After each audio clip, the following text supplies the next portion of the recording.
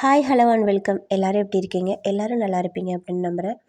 இன்றைக்கி கட்டைப்பை வச்சு தான் நம்ம ஒரு வீடியோ பார்க்க போகிறோம். இந்த டிப்ஸ் உங்களுக்கு கண்டிப்பாக யூஸ்ஃபுல்லாக இருக்கும். எல்லாருமே கூகுள் பே வச்சுக்கிறது கிடையாது. இன்னமும் ஒரு சில பேர் கைகளில் தான் பணம் எடுத்து கொடுத்துட்ருக்கோம். நானுமே அப்படி தான். அவசியம் ஏற்பட்டால் மட்டும்தான் கூகுள் பே பண்ணுவேன். மற்றபடி இந்த மாதிரி பர்ஸ் வச்சு தான் நான் கையில் தான் எடுத்துகிட்டு போய் எனக்கு தேவையானதை வாங்கிட்டு வந்துட்டுருக்கேன். மளிகை கடை, ரேஷன் கடை, காய்கறி வாங்க போகும்போதெல்லாம் நம்ம பர்ஸும் தனியாக பையும் ஒன்று எடுத்துகிட்டு போகிற மாதிரி இருக்கும். கூட்டமாக இருந்ததுனாக்கா நம்ம பர்ஸை கையில் வச்சுட்டு நம்ம வாங்குகிற பொருட்களையும் பைக்குள்ளே வச்சுட்டு பணம் எடுத்து கொடுக்குறது ரொம்பவே சிரமமாக இருக்கும். இந்த மாதிரி குட்டி மணி பர்ஸு எல்லா ஜுவல்ஸ்லையுமே கொடுப்பாங்க. அது இருந்ததுனாக்கா இந்த மாதிரி எடுத்துக்கோங்க. 2 ஐ ஊக்கு வச்சுக்கோங்க. பெரிய சைஸ் ஊக்காக இருந்தால் நீங்கள் 1 கூட வச்சுக்கலாம். இன்றைக்கி நான் 2 ஊக்கு வச்சுருக்கேன். ஏன்னா இது பர்மனெண்ட்டாக நான் அப்படியே தான் வச்சுருக்கேன். இதை நான் எடுக்கவே மாட்டேன். பிக் ஷாப்லேயும் பர்ஸ்லேயும் ஐ ஊக்கு படுற மாதிரி நல்லா அழுத்தமாக குத்திக்கோங்க. இப்போ உங்களுக்கு தேவையான பணமோ ரேஷன் கார்டோ எந்த ஒரு பொருளோ நீங்கள் இதுக்குள்ளே வச்சு எடுக்கும்போது அது தவறி விழுந்தாலும் பைக்குள்ளேயே தான் விழுமே தவிர வெளியில் விழுறதுக்கு வாய்ப்பே இருக்காது.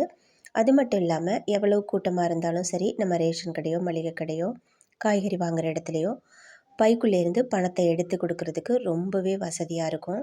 இது என்னை பொறுத்த வரைக்கும் ஒரு பெஸ்ட்டான ஐடியாவாக நான் கருதி யூஸ் பண்ணிக்கிட்டு இருக்கேன். ரொம்ப வருஷமாக நான் இப்படி தான் செஞ்சிட்ருக்கேன். கண்டிப்பாக உங்களுக்கும் இந்த ஐடியா பிடிக்கும் அப்படின்னு நம்புகிறேன்.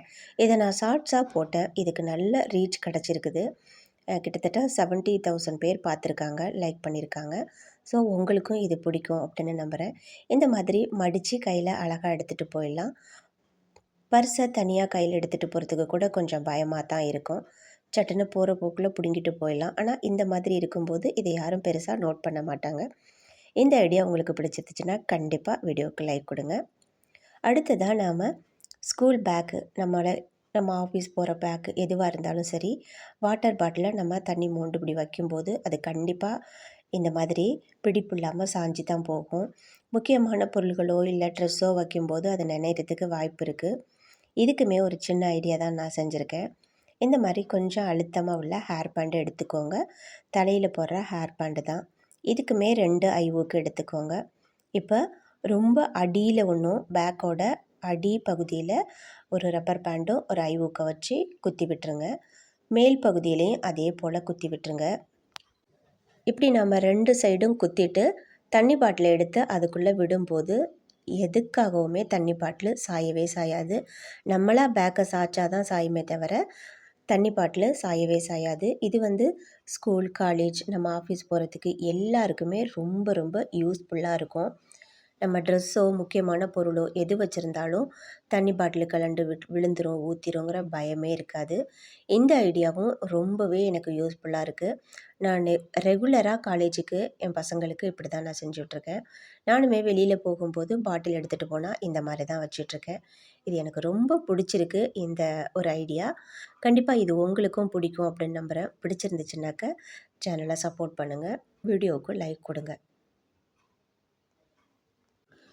என்னோடய ஷார்ட்ஸ் வீடியோவுக்கு ஒரு சிஸ்டர் தொடர்ந்து ஒரு ஷார்ட்ஸ் வீடியோ கூட விடாமல் ரெகுலராக எனக்கு லைக்கும் கமெண்ட்டும் கொடுத்துட்ருக்காங்க.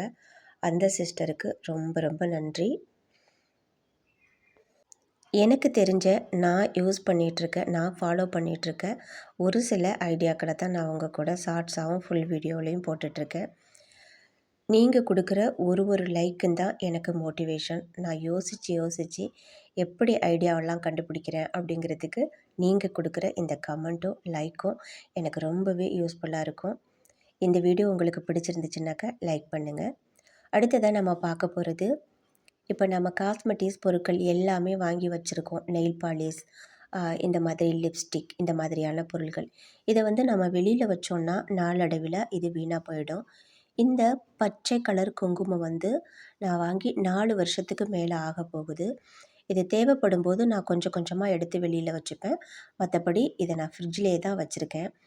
4 வருஷத்துக்கு மேலே இருக்குது. கலர் கொஞ்சம் கூட மாறலை. அந்த கற்பூரம் வீணாகாமல் இருக்கிறதுக்கு நான் அது கூட ஒரே ஒரு கிராம்பும் கொஞ்சமாக கற்பூரத்தையும் போட்டிருக்கேன். இது எதுக்காகனா, நம்ம கற்பூரத்தை கலந்து வைக்கும்போது அந்த குங்குமங்கள் எந்த குங்குமமாக இருந்தாலும் சரி வீணாக போகாது. ரோஸ் பவுடர், இந்த மாதிரி ஸ்டிக்கர் பொட்டு. சாதாரணமாக நம்ம ஸ்டிக்கர் பொட்டை வெளியில் வச்சு நெத்தியில் வச்சோன்னா அது அந்தளவுக்கு பசை இருக்கவே இருக்காது. வேர்த்தாலோ நம்ம கையை வச்சு தொடச்சோன்னால அந்த பொட்டு விழுந்துடும். ஸோ நீங்கள் இந்த மாதிரி ஃப்ரிட்ஜில் வச்சுட்டு அதை எடுத்து நீங்கள் யூஸ் பண்ணி பாருங்கள். கண்டிப்பாக விழவே விழாது.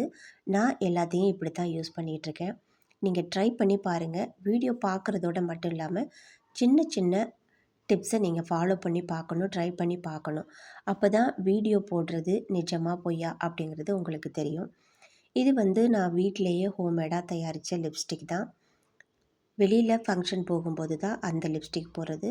ரெகுலராக நான் வீட்டில் இருக்கும்போது இந்த மாதிரி பீட்ரூட் ஜூஸும் தேனும் கலந்து வச்சுருக்கேன். இது ரொம்ப ரொம்ப ஒரிஜினல் லிப்ஸ்டிக். அந்தளவுக்கு எந்த ஒரு கெமிக்கலுமே கலக்காதது. ரெகுலராக எடுத்து எப்பப்போலாம் நான் ஃப்ரிட்ஜை திறக்கிறேனோ அப்போல்லாம் எடுத்து நான் லிப்ஸில் தடவிப்பேன்.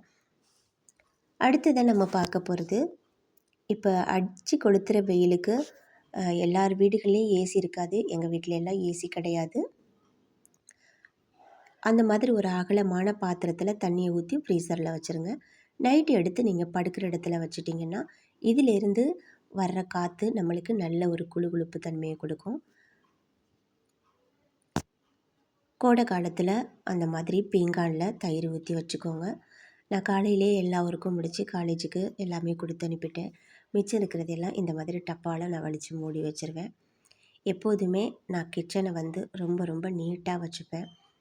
ஒவ்வொரு வேலையும் காலை வேலை, மதிய வேலை, நைட்டு வேலை முடிஞ்சதுக்கப்புறமா எல்லாத்தையுமே எடுத்து வேறு வேறு பாத்திரத்தில் மாற்றிட்டு விளக்கி கழுவிட்டு க்ளீனாக வச்சுப்பேன். எப்போதும் நம்ம சமையல் பண்ணுற சமையல் கட்டை சுத்தமாக வச்சுக்கணும். அதே போல் அடுப்பு மேலே வெறும் அடுப்பாக வைக்காதீங்க. ஏதாவது ஒரு பாத்திரத்தை வச்சுருங்க. இது நான் ஷார்ட்ஸாக செஞ்சது தான். ஒரு அட்டையில் இந்த மாதிரி கிளிப்பை வச்சுருக்கேன். நீங்கள் காப்பித்தூள், டீத்தூள் இந்த மாதிரி ஏதாவது குட்டி குட்டி கட் பண்ணிவிட்டு இந்த பாக்ஸை நீங்கள் இப்படி வச்சிட்டிங்கனாக்கா அது விழாது. நம்ம எடுத்து யூஸ் பண்ணுறதுக்கு ரொம்பவே வசதியாக இருக்கும். எவ்வளோ வெயிட்டான உள்ளதாகவும் நீங்கள் வைக்கலாம். அது விழவே விழாது. நல்லா பெபிகால் போட்டு ஒட்டிட்டேன். ஸ்ட்ராங்காக இருக்கும்.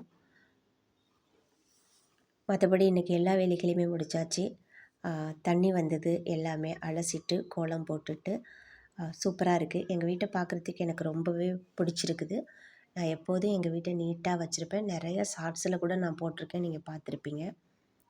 வீட்டுக்கு பக்கத்தில் வலது பக்கமாக முடிஞ்ச வரைக்கும் மணி பிளான்ட் செடியும் கத்தாழை செடியும் வச்சு வளர்த்துக்கிட்டு வாங்க. இது வந்து வாஸ்துப்படி ரொம்ப ரொம்ப நல்லது. வீடியோ பிடிச்சா கண்டிப்பாக லைக் கொடுங்க, சப்போர்ட் பண்ணுங்கள்.